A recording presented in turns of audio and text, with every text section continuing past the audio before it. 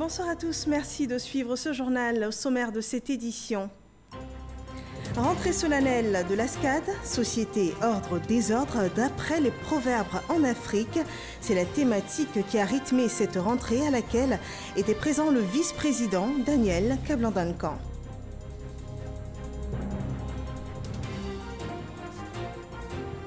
Le prolongement de l'autoroute du Nord, le Premier ministre a procédé ce jeudi au lancement officiel des travaux de l'axe Thiébissou-Bouaké, des travaux qui coûteront à la Côte d'Ivoire la somme de 172 milliards de francs CFA.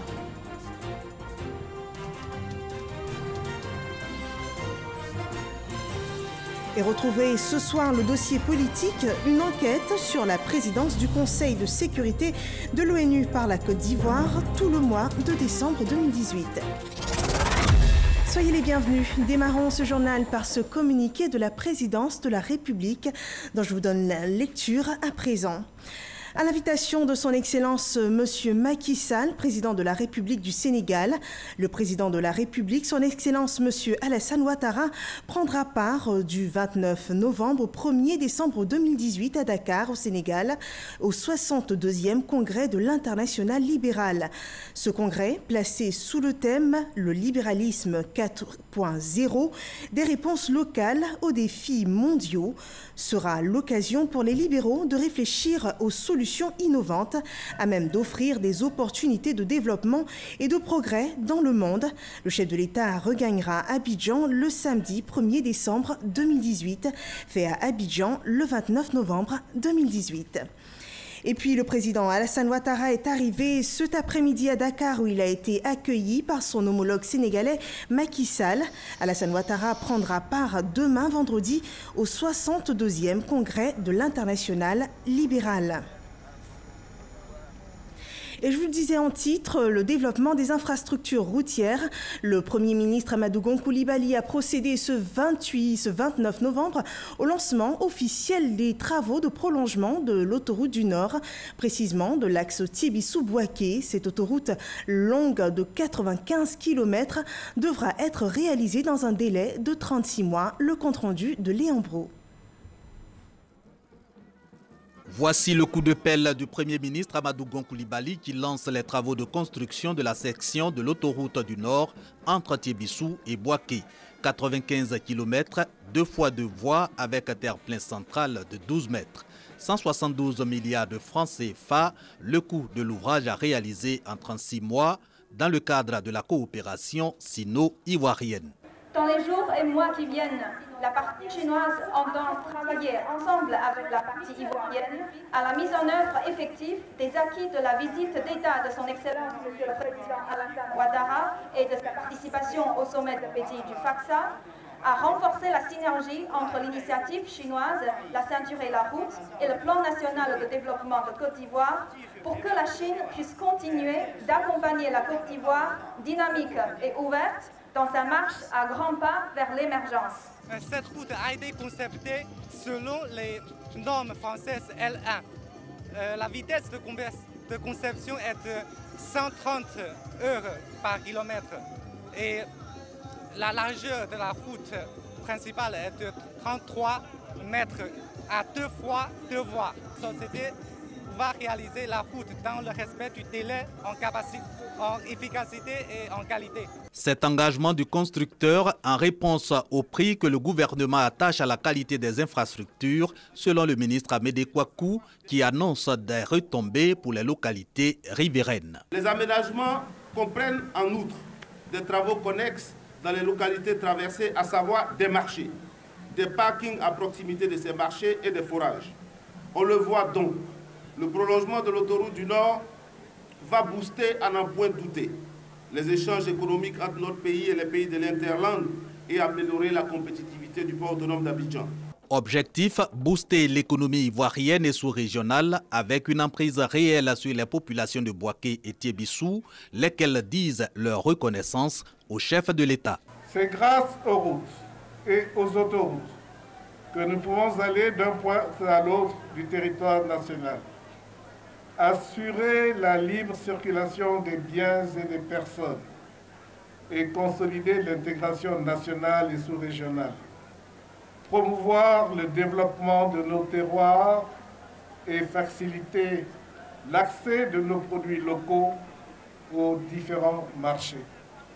Affichant l'engagement du chef de l'État et de son gouvernement à poursuivre le prolongement de l'autoroute du Nord jusqu'aux frontières ivoiriennes, le Premier ministre rappelle des projets d'envergure déjà réalisés et en annonce d'autres. Nous allons lancer donc des travaux de réhabilitation de routes pour environ 1 million de kilomètres de routes interurbaines de notre pays. Cette cérémonie sera suivie après de celle de l'autoroute côtière, section Songo-Dabou, et de l'autoroute de contournement d'Abidjan, ainsi que les autoroutes de sortie donc est vers Anyama, de sortie ouest vers Songo. Dans cette dynamique est aussi prévue la fin de la pénurie d'eau à Bouaké. Le gouvernement a décidé, sur l'instruction du chef de l'État, que nous puissions lancer un projet qui mettra définitivement la ville de Bouaké à l'abri des pénuries d'eau. Il s'agit d'aller recueillir de l'eau à Kossou pour approvisionner la ville de Bouaké. Et ce projet démarrera l'année prochaine ici à Bouaké. Le chef du gouvernement a appelé les Ivoiriens à la culture de la paix depuis Bouaké. À noter, le tronçon Thiébissou-Bouaké va porter à 376 km la longueur de l'autoroute du Nord. Et je vous propose de suivre à présent les réactions de population, opérateurs économiques et élus locaux qui se sont prononcés juste après le lancement officiel de ces travaux. Les déplacements de la région vers le sud, notamment vers le port d'Abidjan, sont des déplacements qui vont se faire dans de meilleures conditions et plus rapidement. Ça va permettre aussi de faire en sorte que les transporteurs de marchandises des pays de l'Interland qui se sont quelque peu détournés du corridor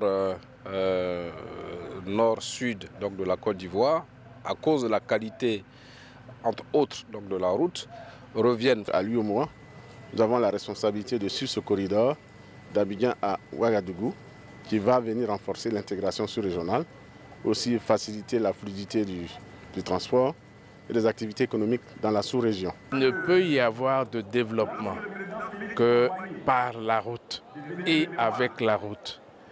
Et quand c'est encore une autoroute, vous comprenez la joie qui nous anime parce que nous savons que grâce à ce important investissement de son Excellence le Président de la République, notre région va connaître le développement. Cet ouvrage de grande importance va vraiment impacter positivement tous les secteurs de la vie. Tous les secteurs, que ce soit le tourisme, l'hôtellerie, le commercial, tout va être impacté par cette autoroute qui arrive à Bouaké. Et donc nous sommes très heureux et c'est pour ça qu'au nom des populations, nous voulions donc réitérer nos remerciements au Président de la République, au Premier ministre et à tout le gouvernement ivoirien d'avoir fait cela. Ceci va pouvoir permettre l'évacuation de nos produits, ceci aussi va permettre à une fluidité des déplacements de nos parents vers d'autres villes. Quand je sais que la route Thiébissou-Didiévi est déjà bitumée.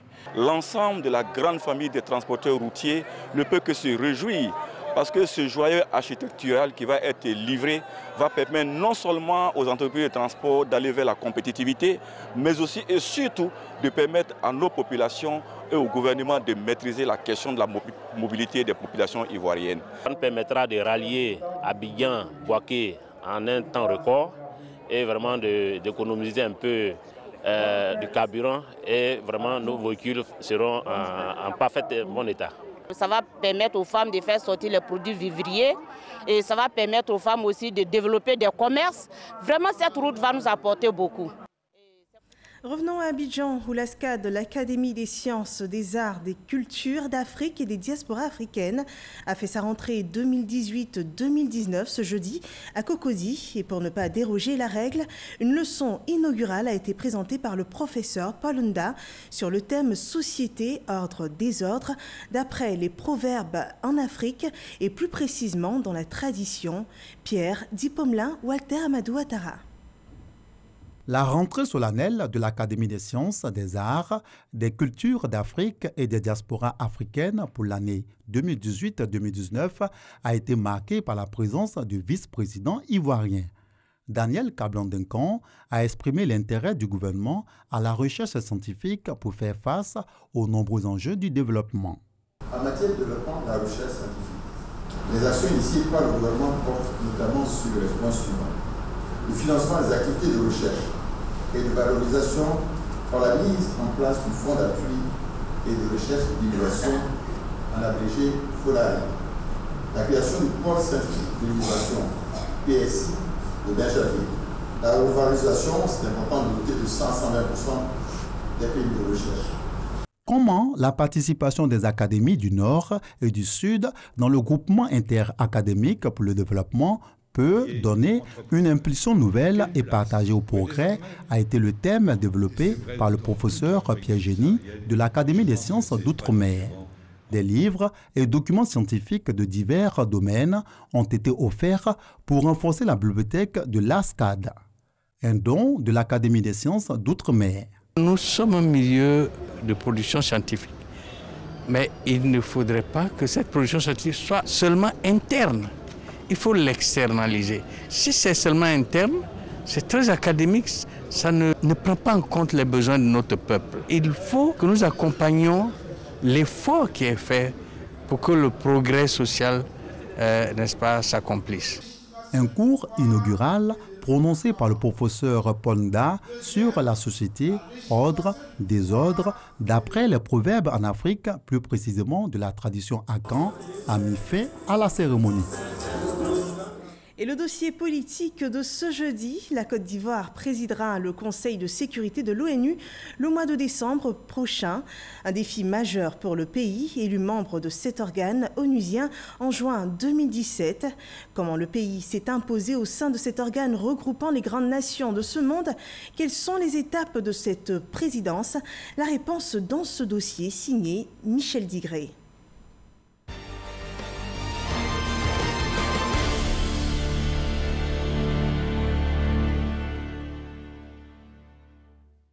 Côte d'Ivoire, 189. 2 juin 2017, la Côte d'Ivoire est élue membre non permanent du Conseil de sécurité de l'ONU, après 26 ans d'absence dans cet organe des Nations Unies.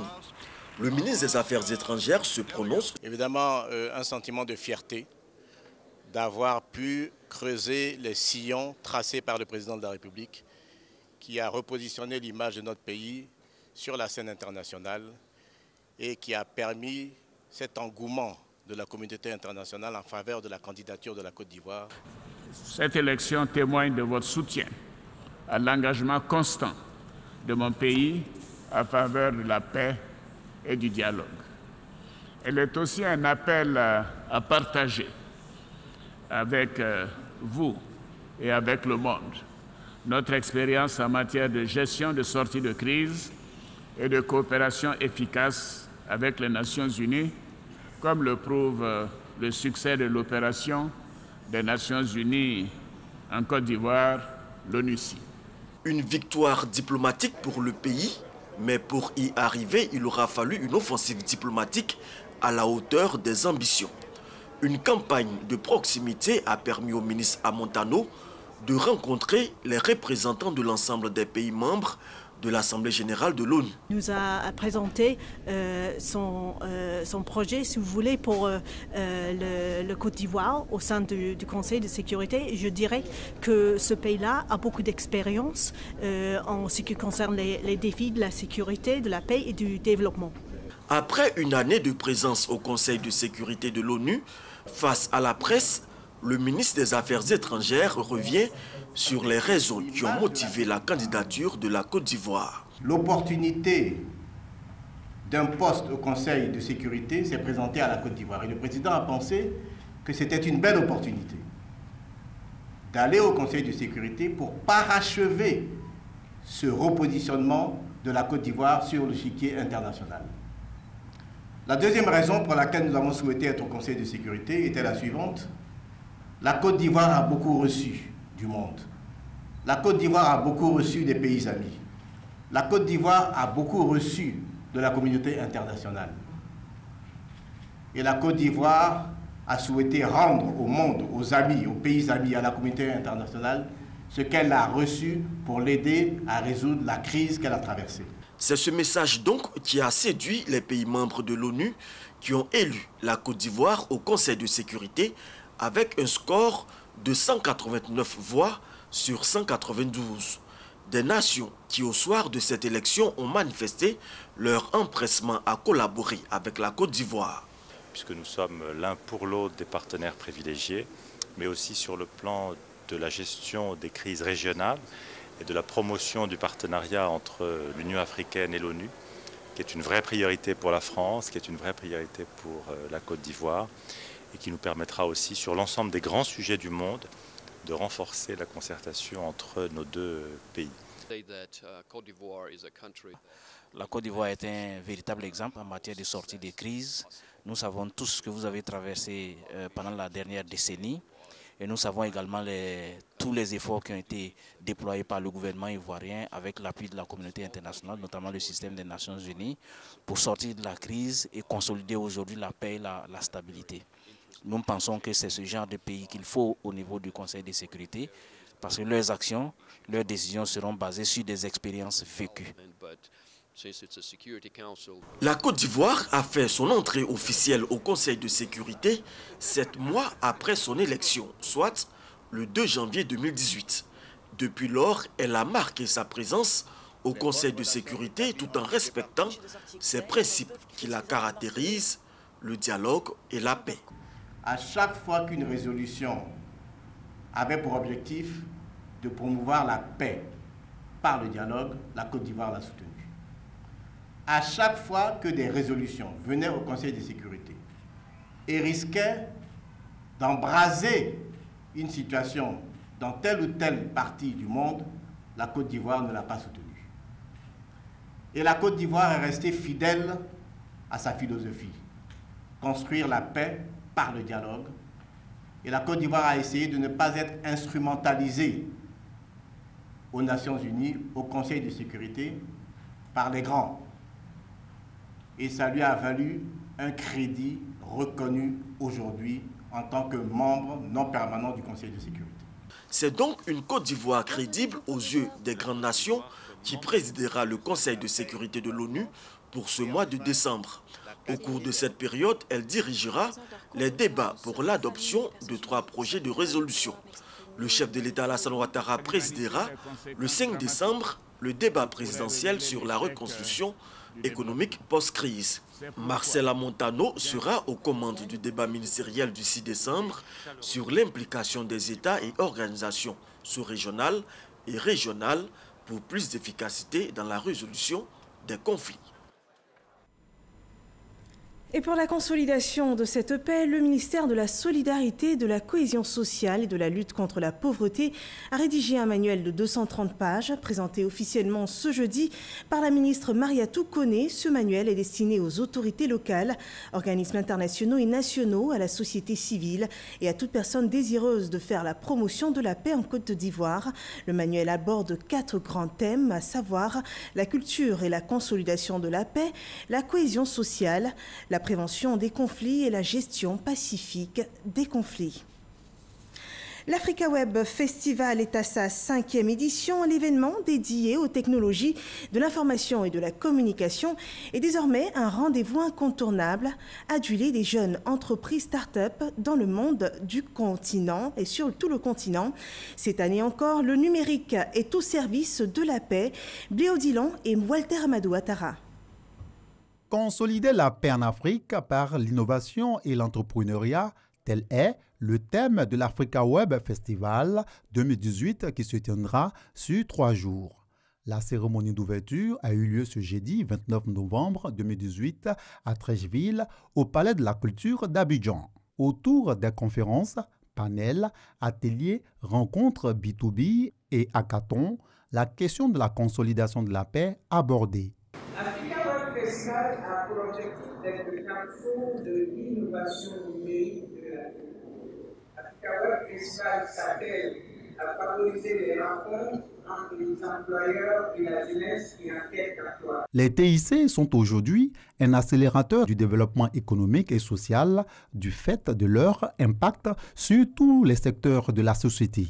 Les gouvernants attendent beaucoup de cette édition de l'Africa Web Festival. Il s'agit pour les jeunes de pouvoir se rappeler des valeurs qui font la fierté de notre pays, ces valeurs de paix, de faire en sorte qu'au travers du PIC, nous puissions être des contributeurs de la consolidation de la paix et de vivre ensemble. Au titre des innovations de cette 5e édition, un espace dédié à l'apprentissage du codage est mis à la disposition des enfants de 8 à 14 ans. On les initie très jeunes au codage et en espérant pourquoi pas susciter des vocations. Des particuliers, entités et organisations participent également à l'événement et profitent pour présenter leurs produits.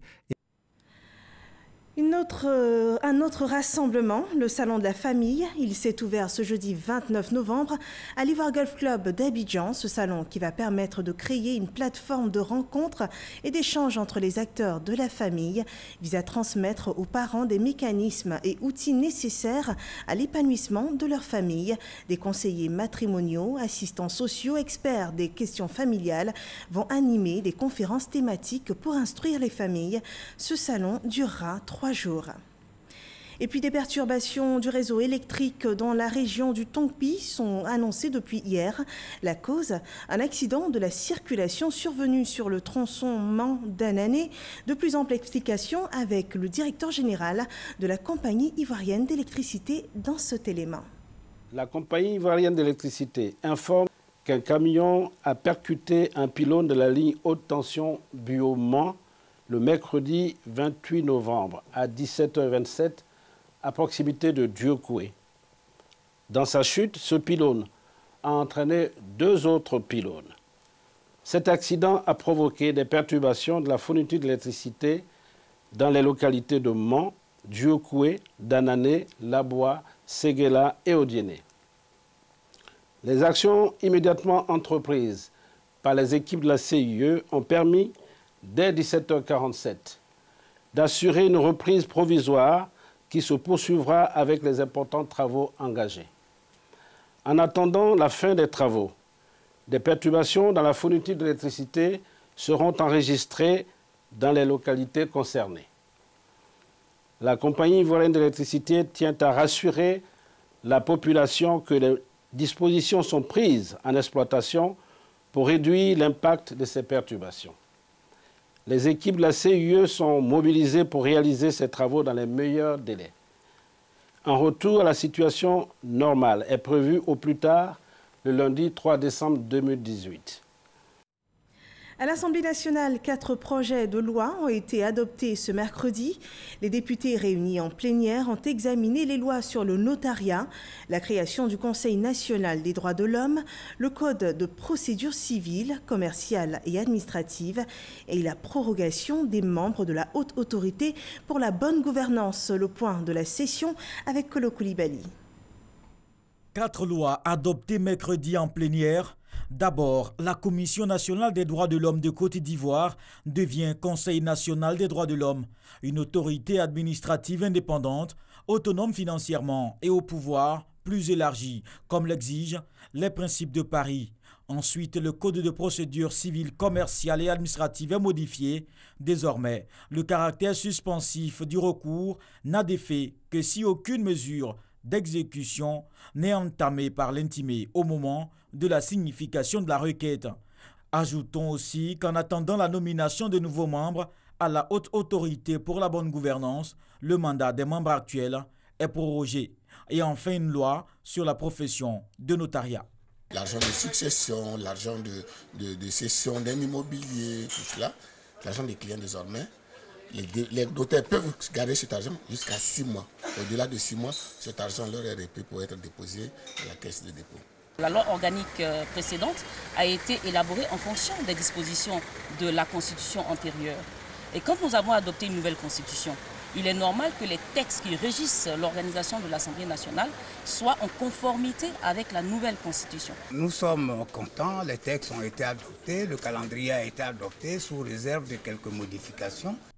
Le calendrier adopté concerne les travaux parlementaires du 28 novembre au 21 décembre de la session ordinaire 2018. Plusieurs projets de loi sur la table des députés, dont un portant sur le budget de l'année 2019. Modernisation de l'administration, il est depuis peu possible en Côte d'Ivoire d'accéder aux différents services du Trésor public à partir d'une plateforme numérique de relations clients dénommée Baobab, une digitalisation des services du Trésor public qui a été présentée aux opérateurs économiques. Francis Boifo. Se rapprocher davantage des partenaires, des clients et surtout des opérateurs économiques. C'est l'objectif à atteindre à travers la plateforme numérique du Trésor public dénommée Baobab. Cet outil, présenté ce jeudi aux hommes d'affaires, devrait leur permettre de visualiser en temps réel le statut de leur dossier et mandat. C'est du nouveau, ça résout plusieurs problèmes. Ici, on nous fait la présentation, mais il faut qu'on soit formé pour savoir comment il faut l'utiliser le plus rapidement que possible, parce que si on n'est pas formé, on va regarder et on sera toujours perdu. Avec ce système de gestion de la clientèle, plus besoin de se déplacer pour avoir l'état financier de sa structure. Vraiment intéressant parce que, comme on le dit, le temps c'est de l'argent. Donc ça va vraiment éviter de dépenser inutilement. Ma principale doléance est de demander au Trésor public de faciliter l'accès à cet outil-là en améliorant la couverture Internet de sorte à ce qu'on puisse avoir accès à l'outil du moins à tout moment et en tout lieu. En matière des prises en compte des réclamations, il faudrait qu'elles se fassent de manière assez prompte et rapide. En mettant à la disposition de sa clientèle cette plateforme, le Trésor public entend rendre son administration efficace, performante et à l'écoute des usagers, conformément à la vision du gouvernement. La plupart des fournisseurs, c'est le meilleur outil que le Trésor ait pu concevoir. Mais on s'interroge sur la sécurité qu'il y a sur la page web. Nous avons le devoir de préserver la propriété client, dont les informations. C'est pourquoi nous avons utilisé les dernières technologies pour assurer la sécurité des technologies que les banques utilisent. Nous avons même un certificat international implémenté pour garantir la sécurité de l'ensemble des utilisateurs. L'accès aux services du Trésor public est gratuit et se fait à partir d'une tablette, d'un téléphone portable, d'un ordinateur connecté à Internet. Un autre domaine, celui du sport, les préparatifs de la CAN 2021 vont bon train. Pour cette grande messe du football africain qui a lieu en Côte d'Ivoire, d'autres infrastructures sportives sont en cours de réalisation à San Pedro, à Yamoussoukro et à Korogo. Le constat avec Cathy Touré. Voici ce à quoi va ressembler le stade de San Pedro une fois construit.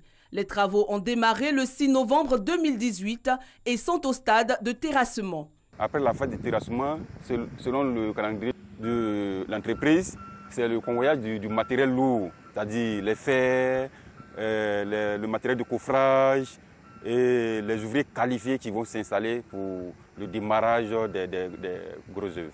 Le stade moderne de San Pedro va être bâti sur une superficie de 22 409 mètres carrés avec 20 000 places assises. Il sera livré dans 24 mois et devra abriter des matchs de phase de finale de la Coupe d'Afrique des Nations de football 2021. 20 000 places également pour le stade de Yamoussoukro avec le même délai de livraison, c'est-à-dire 24 mois. Un mois après le lancement, le décor est planté, les signes du début de travaux sont visibles, les engins et autres matériaux de construction sont présents pour faire sortir le futur joyau de ce site de 20 hectares pour un coût estimé à 37 milliards de francs CFA. À ces deux sites s'ajoute celui de Korogo, dont les travaux démarreront le 1er décembre 2018. Côte d'Ivoire 2021, c'est maintenant. À l'international, l'actu en bref de ce jour nous conduira en Géorgie où Salomé Zourabichvili a été élue présidente. Au Nigeria, le président Buhari s'engage à nouveau dans le combat contre Boko Haram. Il sera aussi question de sport, précisément les cas Ayatou et El Amrani qui veulent faire appel à la décision de justice qui les condamne. Ahmed Traoré et Abou Sanogo.